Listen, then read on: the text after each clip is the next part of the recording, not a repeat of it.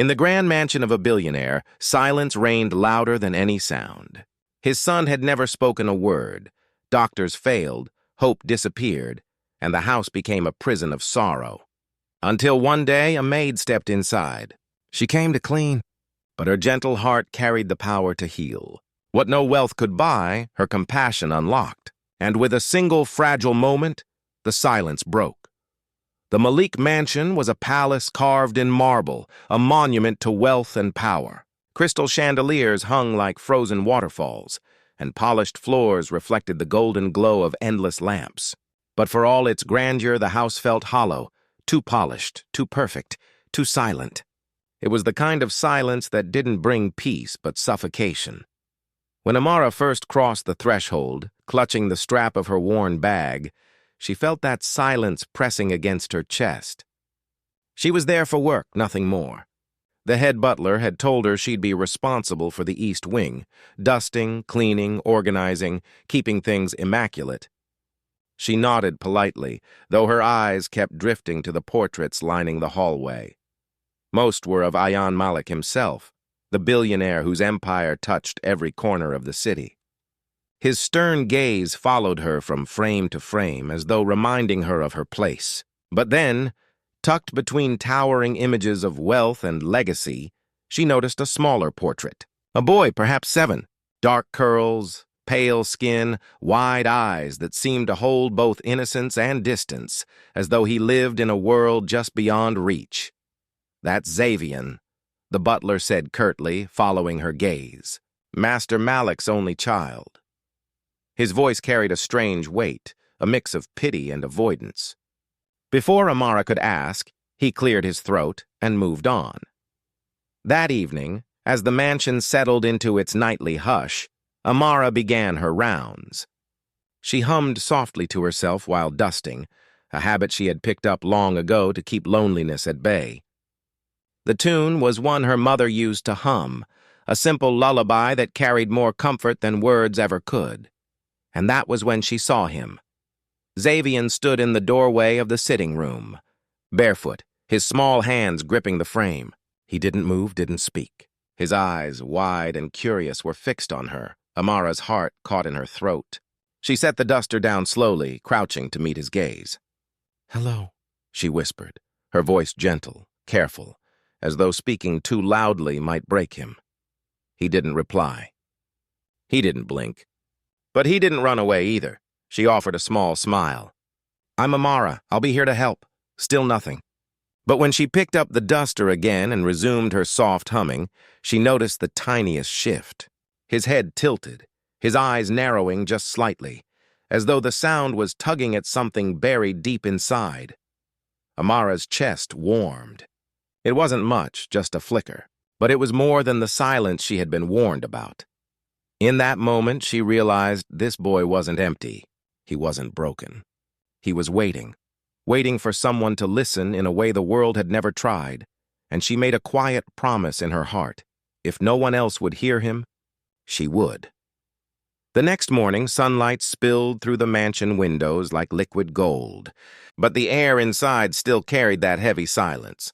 Amara started her duties early, sweeping through corridors, straightening cushions, polishing mirrors that reflected a home too vast for one family. Yet her thoughts kept drifting to the boy in the doorway, the way his eyes had flickered when she hummed. No one spoke of Xavian except in whispers. The maids in the kitchen said he hadn't spoken since birth.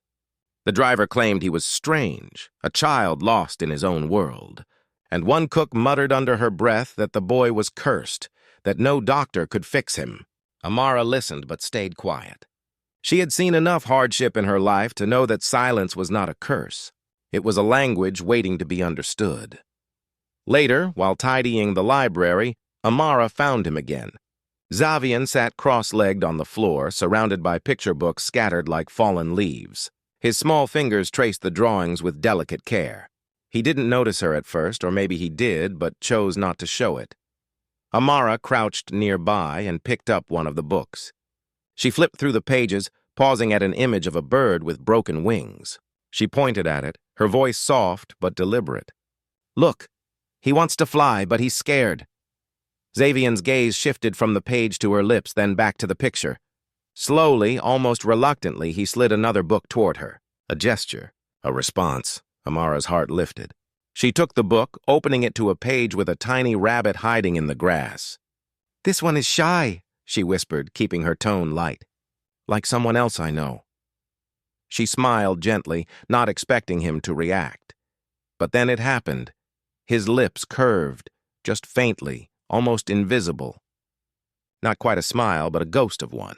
It was gone in an instant, replaced by his usual guarded stillness, but Amara had seen it. That fleeting spark was more precious than anything gold could buy. She didn't push him. She simply began humming again, the same lullaby from the night before. This time Xavier didn't retreat. He leaned closer, his fingers drumming softly against the pages in rhythm with her tune. Not words, not yet, but music of a kind. And then the sound of heavy footsteps broke the moment. Ayan Malik stood at the doorway, tall, commanding, his gaze sharp as steel.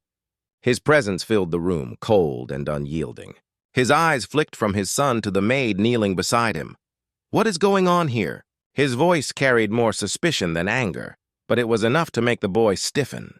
Xavier closed the book quickly and hugged it to his chest, retreating into silence. Amara rose to her feet, bowing slightly. "Just tidying, sir," she said carefully.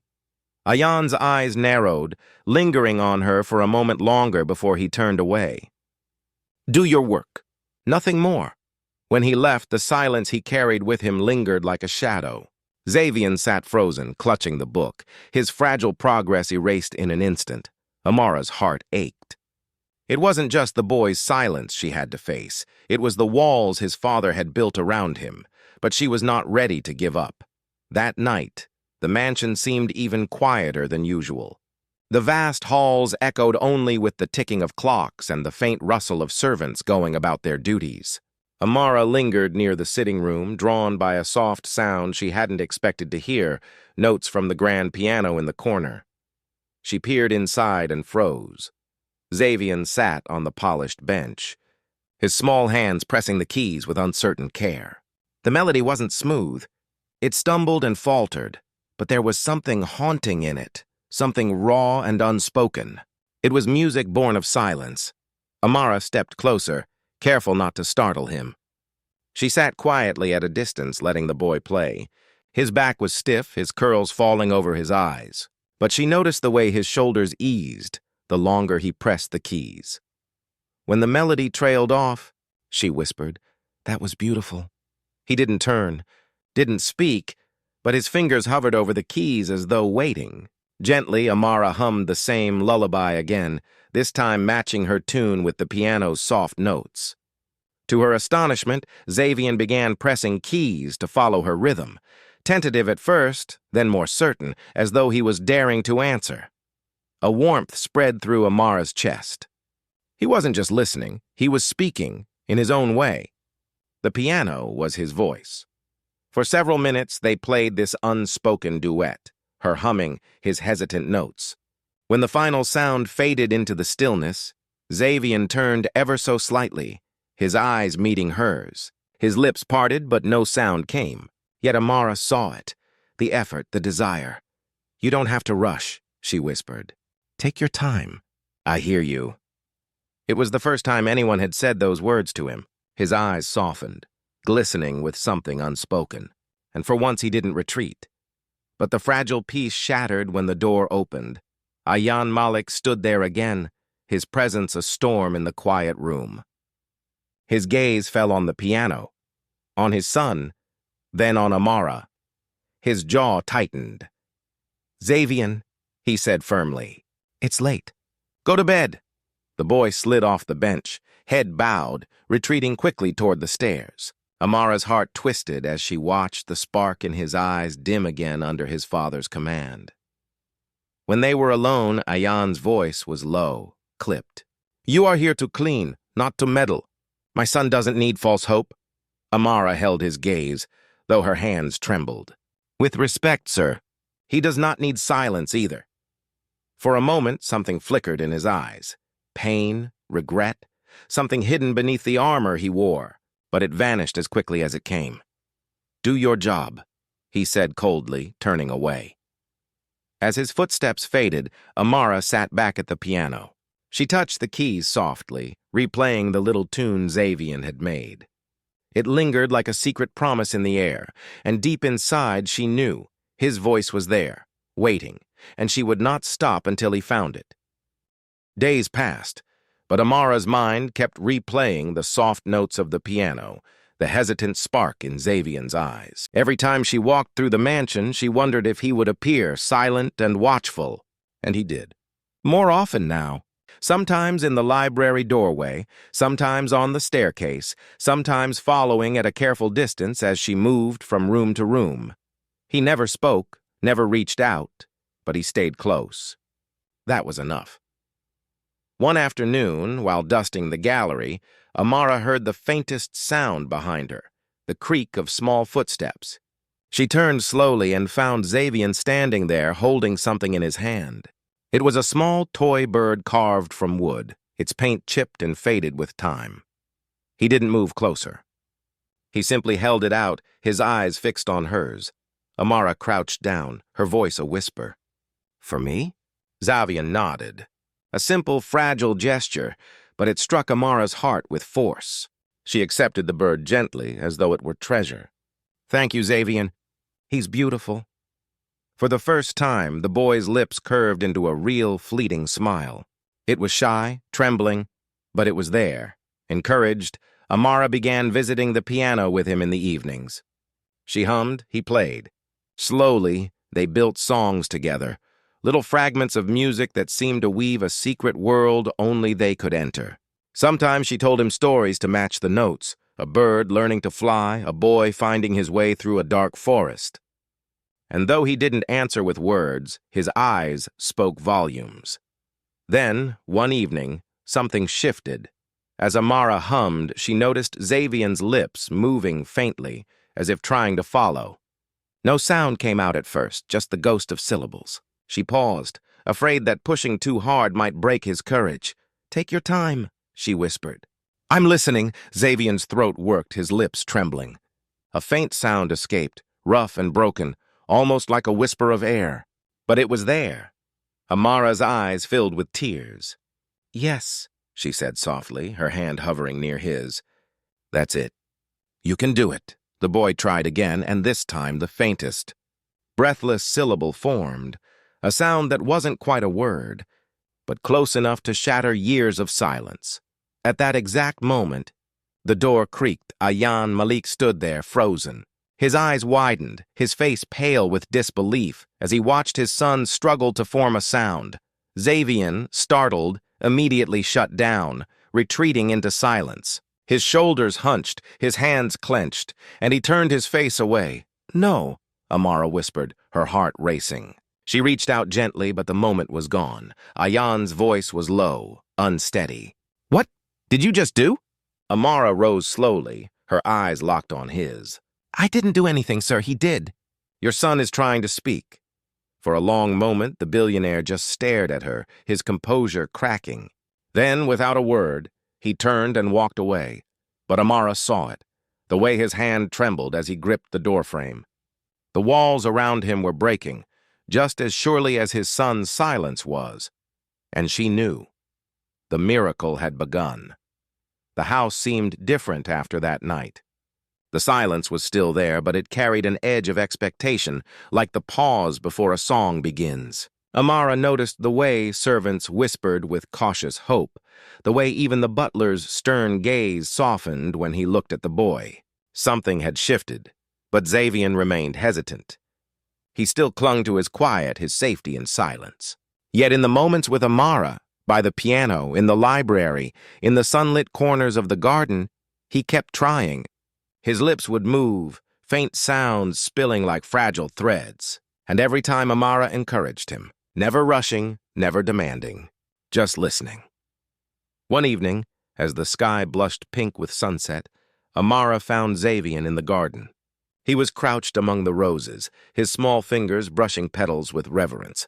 When she approached, he lifted his face to her, eyes bright, as if waiting for something. She knelt beside him, smiling. It's beautiful, isn't it? She whispered, touching a bloom. Xavier's lips trembled. His throat tightened. Then, in a voice so soft it was nearly lost to the breeze, he whispered, Ma. Amara's heart stopped. Her breath caught in her chest and tears blurred her vision. She gripped the grass for steadiness. He had spoken, after all the years, after all the silence. One syllable, broken, but real. Say it again, she whispered, her voice shaking. But before Xavier could try, a shadow fell across them. Ayan Malik stood frozen at the garden's edge. His face was unreadable, his body rigid, but his eyes shone with something raw, something shattered and whole at once. Xavier looked up at him, uncertain, then turned back to Amara. He clutched her hand tightly, as though drawing courage from her warmth. His lips moved again, hesitant but determined. This time his whisper reached his father. Papa. The word was imperfect, trembling, but it struck like thunder. Ayan staggered forward, his mask breaking apart. He sank to his knees in front of his son, his hands trembling as he cupped the boy's face. Xavier, his voice cracked, choked with emotion. My son, you spoke. Tears streamed down the boy's cheeks, but he didn't retreat. He stayed, his small hands reaching for his father's. Amara stood back, her own tears falling freely. She had seen many kinds of miracles in her life, but none like this, the miracle of a child's first word, the miracle of a father's walls finally crumbling. Ayan turned his gaze to her, his voice thick with gratitude. I thought he was lost. I thought I'd lost him forever, but you gave him back to me? Amara shook her head, smiling softly through her tears. He was never lost, sir. He was just waiting for someone to listen. The garden seemed to glow in that moment. The roses, the fading sun, the boy who had found his voice, and the maid who had helped him discover it, and in the hush of the evening, the silence that had haunted the Malik mansion for years finally broke, replaced by something far greater. Hope.